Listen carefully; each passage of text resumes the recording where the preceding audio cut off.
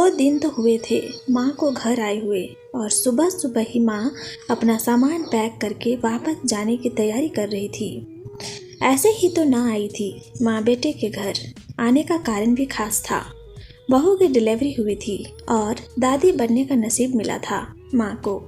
माँ दौड़ी दौड़ी खुशी खुशी अपने कॉलेज से छुट्टियाँ लेकर आई थी अपने पोते का मुंह देखने के लिए। एक बड़े कॉलेज में लेक्चरर होने के बावजूद माँ की सोच अभी भी ऑर्थोडॉक्स टाइप की थी, जो पहले से यह सोच कर बैठी थी कि पोता होगा तो अच्छा होगा। माँ के अरमानों पर तब पानी फिर गया जब बहू ने बेटे को नहीं बेटी को जन्म दिया। हालांकि माँ ने अपने चेहरे पर उसे अच्छे तरीके से सोचा। माँ को वापस जाने की तैयारी करता देख बेटा माँ के पास आया और माँ से बोला, माँ 2 दिन तो हुए हैं तुम्हें आने को और तुम जाने की तैयारी कर रही हो। अरे बेटा तुम तो जानते ही हो कॉलेज फिर से शुरू हो गए हैं। अरे बेटा तुम तो जानते ही हो कॉलेज फिर से शुरू हो गए हैं। तुम्हारे पापा और मेरे लेक्चर फिर से शुरू करने पड़ेंगे। ज़्यादा छुट्टियां भी तो नहीं थी, जाना तो पड़ेगा। लेकिन तू चिंता मत कर, थोड़े दिन बाद मैं और तुम्हारे पापा दोनों ही वापस आएंगे। अगले दिन सुबह माँ नहा धोकर जाने के लिए तैयार थी। बेटा किचन से चाय बनाकर माँ को देता है। माँ बेटे को बहू और पोती के बारे में पूछती है। बेटा कहता है दोनों सो रहे हैं। माँ बेटे से कहती है, खुशी की बात है बेटा, तेरे यहाँ लक्ष्मी ने जन्म लिया है। लेकिन मेरी मानो तो अब तुम और बहू मिलकर एक और बच्चा प्लान करो लो, ताकि तेरी फैमिली पूरी हो जाए।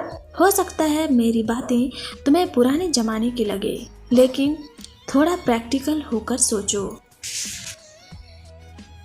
बेटे ने अपने जेब से अपना मोबाइल फ़ोन निकाला और उसमें कई मैसेजेस माँ को दिखाए और बोला, देखो माँ, तुम्हारी बात तुमसे पहले यह दर्जनों लोग मुझे मैसेज में कह चुके हैं।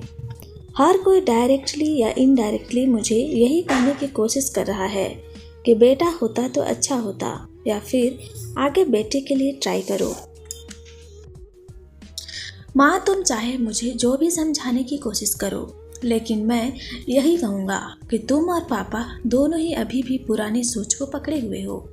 और ऐसा मुझे इसलिए कहना पड़ रहा है क्योंकि अगर मेरा बेटा हुआ होता तो आप इतनी जल्दी जाने की तैयारी ना कर रहे होते और उसे अपने हाथों में लेकर यहाँ से वहाँ खिला रही होती और पापा भी यहाँ पर होते। 21वीं सदी में जी रहे हैं हम, फिर भी ऐसी मान्यताएं, और आप दोनों से मुझे यह उम्मीद न थी। आप हजारों बच्चों को लेक्चर देते हो और खुद इस तरह के विचार रखते हो। अगर आप ऐसा मानते हो कि बेटा और बेटी दोनों होंगे तभी फैमिली कंप्लीट होगी, तो मेरे एक सवाल का जवाब दीजिए कि मैं अकेला क्यों हूँ, मुझे कोई बहन क्यों नहीं है। माँ के पास बेटे के सवालों का कोई जवाब न था। वह अपनी नजरें झुकाए वहाँ से चली गई। बेटा अपनी माँ से बहुत प्यार करता था। वह बिल्कुल उनका अपमान करना नहीं चाहता था, लेकिन गलत विचारों का समर्थन करना भी उसे ठीक नहीं लगा।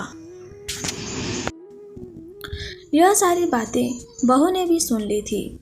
बेटे ने उसके पास जाकर उसका उतारा हुआ चेहरा देखकर उसे समझाते हुए कहा, चारू, तुम्हें माँ की बातों से या किसी और की बातों से परेशान होने की ज़रूरत बिल्कुल नहीं है। मुझे कोई फ़र्क नहीं पड़ता कि मुझे बेटा हुआ है या बेटी। मेरे लिए यही बड़ी बात है कि मेरी बेटी स्वस्थ है और खुश है। यह सारी बातें बहू ने भी सुन ली थी। बेटे ने उसके पास जाकर उसका उतरा हुआ चेहरा देखकर उसे समझाते हुए कहा, देखो चारू, तुम्हें माँ की बातों से या किसी और की बातों से परेशान होने की ज़रूरत बिल्कुल नहीं है। मुझे कोई फ़र्क नहीं पड़ता कि मुझे बेटा हुआ है या बेटी। मेरे लिए यही बड़ी बात है कि मेरी बेटी स्वस्थ है और खुश है। पति अपनी पत्नी को समझाते हुए कहता है, कल्पना चावला, रानी Lakshmibai, PV Sindhu, Pratibha Patil, mother Teresa, Kiran Bedi, list इतनी लंबी है कि कभी खत्म ही ना। क्या इन सब ने यह सब फेस नहीं किया होगा? जरूर किया होगा, लेकिन उन्होंने दुनिया को जो साबित करके दिखाया है और जिस मुकाम पर वे पहुंची हैं वही हर लड़की को हौसला देने के लिए काफ़ी है। और इन सब में जो सबसे पहला नाम आएगा जो हमारा बेटा को फैसला देगा वह होगा चारू, यानी कि तुम्हारा। हमारी बेटी की हिम्मत और ताकत बनोगी तुम।